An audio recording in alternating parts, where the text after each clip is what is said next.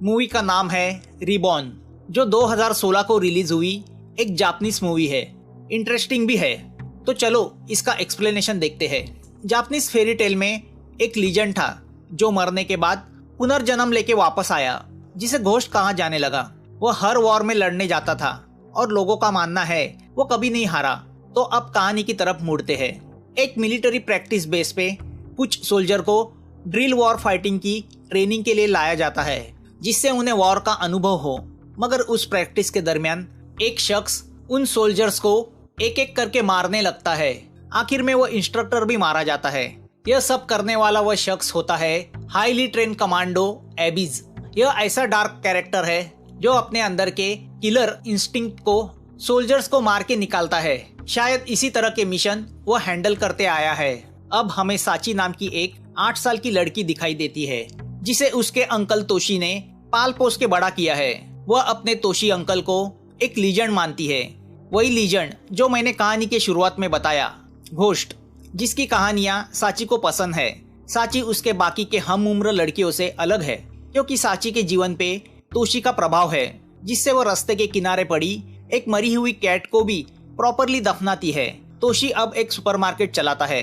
तोशी की जिंदगी में साची के सिवा दूसरा कोई नहीं है, मगर तोशी को अभी भी उसके पुराने वॉर टाइम के बैड ड्रीम्स आते हैं, जिसके निशान उसके शरीर पे हमें नजर आते हैं। रोज रोज के बैड ड्रीम्स की वजह से उसकी रातों की नींद हराम हो गई है।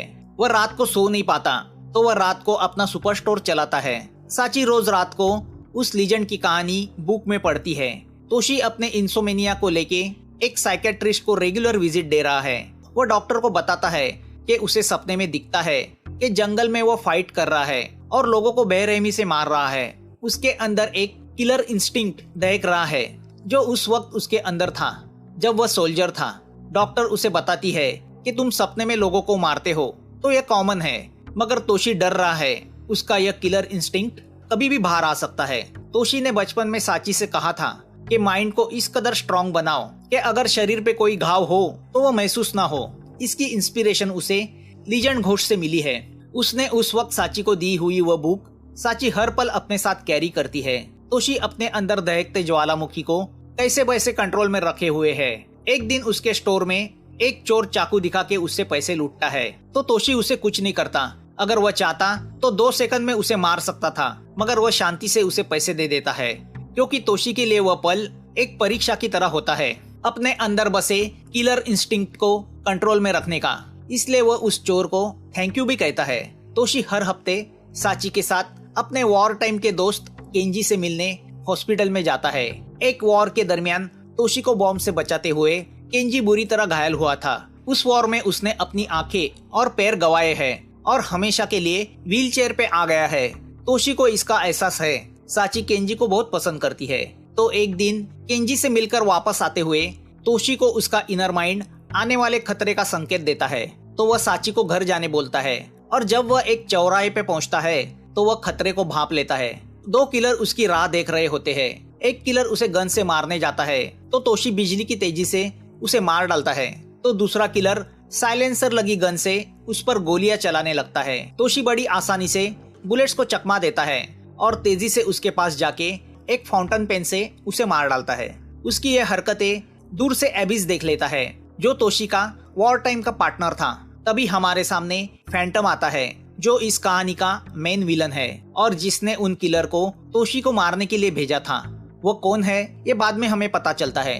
वह साची के सर पे से हाथ घुमाता है और चला जाता है, मगर साची का दिमाग उससे कहता है कि वह उस आदमी से कभी तो मिल चुकी है। अब फैंटम एक किलर लेडी पे तोशी को मारने का काम सौंपता है, जो फाइटिंग स्किल में कमाल की है और बिजली की तेजी से वार करने में माहिर है, जिसका नाम न्यूटी होता है।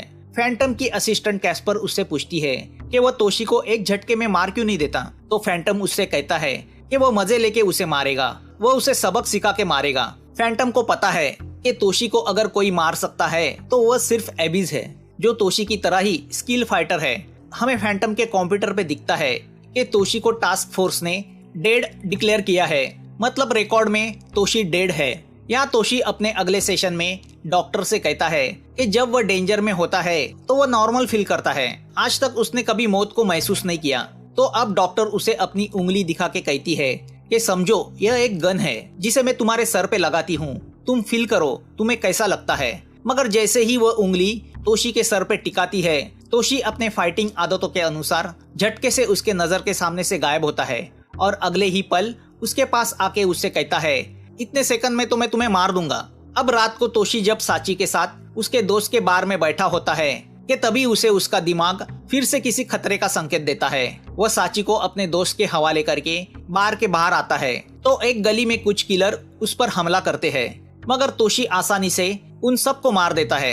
अब जब वह हथियार लेने अपने स्टोर में आता है तो कुछ किलर्स वहां आके उस पर हमला करते हैं, मगर तोशी उन्हें भी मार देता है। तभी स्टोर में दो लोग मैक्स और मैक आते हैं। केंजी ने उन्हें तोशी की मदद के लिए भेजा होता है क्योंकि केंजी ने भी तोशी के ऊपर आने वाले खतरे को भांप लिया है, मगर तोशी उनसे कहता है कि उसे किसी की जरूरत नहीं। तो उनके वापस आने पर केंजी उन पर गुस्सा होता है। यहाँ अपने सब किलर को मरते देख फैंटम उसके सबसे बेस्ट किलर न्यूटी पे तोशी को मारने का काम सौंपता है। न्यूटी बेझिझक टेलीफोन बूथ में खड़े तोशी को मारने जाती है, मगर तोशी इतना वेल ट्रेन फाइटर है कि वह न्यूटी पे ओवर पावर होके उसे भी मार देता है। अब वहाँ से तोशी केंजी को मिलने जाता है तो केंजी उससे कहता है कि वह मैक्स और मैक की हेल्प ले, मगर तोशी को किसी की मदद नहीं चाहिए। तो अब केंजी तोशी से कहता है कि वो उसे अपने मिशन में शामिल करे, मगर तोशी इसके लिए भी मना कर देता है। यहाँ मैक्स और मैक की बातों से हमें पता चलता है कि फैंटम तोशी का बॉस था और तोशी ने उसे 3 साल पहले छोड़ दिया था क्योंकि फैंटम इंटरनेशनल क्राइम में इन्वॉल्व हुआ, जो छोटे बच्चों का ब्रेन वॉश करके उन्हें ब्रूटल किलर बनाता है, जिससे उन बच्चों के दिमाग से दर्द और डर की फीलिंग निकल जाती है। वह एक रोबो की तरह हो जाते हैं जो सिर्फ उनको दिए हुए ऑर्डर्स फॉलो करते हैं और बताए गए टारगेट को बेरहमी से मार डालते हैं, जो उनके लिए सिर्फ एक मिशन होता है। और यही फैंटम की बात तोशी को पसंद नहीं थी तो वो उसके टीम से बाहर निकला। फैंटम ने उसे मारने के लिए उस पर बॉम्ब ब्लास्ट किया, जिसमें तोशी ने डेड होने का नाटक किया। तो अब 3 साल के बाद जब फैंटम को पता चला कि तोशी जिंदा है तो वह तोशी से बदला लेना चाहता है, मगर फैंटम तोशी से इतना पर्सनल होके बदला क्यों लेना चाहता है इसकी वजह मैक्स नहीं जानता, जो हमें भी आगे जाके पता चलती है। यहाँ एबिस फैंटम को कॉल करके बोलता है कि तोशी उसका शिकार है तो वो उसके रास्ते में ना आए। एबिस तोशी को क्यों मारना चाहता है यह भी हमें बाद में पता चलता है। फैंटम को पता होता है कि एबिस और घोस्ट यानी तोशी के फाइटिंग स्किल एक जैसे है, मगर उनके सोचने का तरीका अलग है। एक वक्त था जब वह दोनों कई लोगों पे भारी पड़ जाते थे, मगर तोशी उजाला है तो एबिस अंधेरा। यहाँ दूसरे दिन सुबह कैस्पर साची को किडनैप करती है। इसकी खबर तोशी को मिलती है, मगर तोशी मैक्स को बताता है कि साची का किडनैप होना उसके प्लान का हिस्सा है, क्योंकि लीजेंड का जो बुक साची अपने साथ ले गई है उसके अंदर माइक्रोचिप है, जिसके जरिए अब तोशी को फैंटम के ठिकाने का पता चल जाता है। वह मोबाइल पे साची को लोकेट करता है और मैक्स और मैक के साथ फैंटम के ठिकाने की ओर निकलता है। या फैंटम साची से जो बातें करता है उससे पता चलता है फैंटम ने साची को बचपन में किडनैप करके उसका ब्रेन वॉश करके उसे ब्रूटल किलर बनाना चाहा, तो तोशी ने अपनी जान पे खेल के उसे बचाया और उसे लेके वहां से भागा। मगर सिर्फ फैंटम जानता है कि तोशी और साची का क्या रिश्ता है, और इसी वजह से फैंटम पर्सनल होके तोशी से बदला लेना चाहता है। और उसे इतनी जल्दी इसलिए है क्योंकि वह खुद भी एक टर्मिनल बीमारी की वजह से जल्दी ही मरने वाला है। यहाँ तोशी, मैक्स और मैक फैंटम के ठिकाने पे पहुंच जाते हैं, मगर वहाँ काफी मात्रा में सोल्जर्स है, तो उनसे मुकाबला करने के लिए तोशी प्लान बनाता है। तो अब तीनों मिशन पे निकलते हैं और जबरदस्त फाइट शुरू होती है जो काफी लंबी चलती है। तोशी अपने कॉम्बैट स्किल से फैंटम के सोल्जर को मारते हुए आगे निकलता है। अब इस फाइट में एबिस भी आ पहुंचता है। वह भी फैंटम के सोल्जर को सफाई से मारने लगता है, मगर उसका असली टारगेट तो तोशी होता है। यहाँ फाइट के दौरान कैस्पर मैक को मार डालती है, तो तोशी आके उसे बुरी तरह पीटता है। तो कैस्पर उसे अपने बॉडी पे लगा बॉम्ब दिखाती है। वो उस बॉम्ब से तोशी को मारने जाती है, मगर तोशी सफाई से बॉम्ब का वायर कट करता है और उसे मार डालता है। अब तोशी अपना स्पेशल वेपन निकाल के सोल्जर को मारने लगता है। तभी वह एबिस को अपने आसपास महसूस करता है। यहाँ पता चलता है कि क्यों एबिस तोशी को मारना चाहता है। दरअसल बच्चों को बचाने के लिए तोशी ने एबिस का साथ छोड़ दिया था। एबिस के हिसाब से बच्चों को बचाना उनका मिशन नहीं है, तो तोशी बच्चों को बचाने के लिए एबिस के खिलाफ हो गया था और उसने उनका मिशन बीच में छोड़ दिया था। जिसका एबिस को गुस्सा था। यहाँ फैंटम साची को बताता है कि उसने तोशी का नाम घोस्ट क्यों रखा, क्योंकि जापानीज फैंटेसी में जो रिबॉर्न घोस्ट नाम का कैरेक्टर है वो वॉर में एक लीजेंड के मरने के बाद पुनर्जन्म से पैदा हुआ था, जिसने बहुत सारे वॉर्स में हिस्सा लिया और उन असंभव वॉर्स में जीत भी हासिल की। वह बिजली की तेजी से वार करता था जैसे तोशी करता है। तोशी बिल्कुल उस घोस्ट लीजेंड की तरह वॉर में फाइट करता है। यहाँ सोल्जर्स को मारते हुए तोशी साची तक पहुंच जाता है। वह साची को मैक्स के साथ जाने को कहता है, मगर साची उसे छोड़ के नहीं जाना चाहती, क्योंकि न जाने क्यों उसे लगता है इस बार उसके यह अंकल गए तो वापस नहीं आएंगे। मगर तोशी उससे वादा करता है कि वह वापस आएगा। अब तोशी बचे हुए सोल्जर को मार रहा होता है कि तभी वहाँ पे एबिस आके उन्हें मार देता है और अब दो लीजेंड आमने सामने होते हैं। दोनों के स्किल एक दूसरे के बराबर होते हैं। दोनों यही सोच के आपस में भिड़ जाते हैं कि आज उनमें से सिर्फ एक ही जिंदा बचेगा। पहले तो एबिस तोशी पे ओवर पावर होता है, मगर एक मौका आता है तब तोशी कंसंट्रेट करके एबिस को मार डालता है। मगर इस फाइट में तोशी भी घायल होता है। वह साची को फोन करके कंफर्म करता है कि वह सेफ है। वह उसे सॉरी बोलता है। शायद इस बार वह उसका प्रॉमिस नहीं रख पाएगा।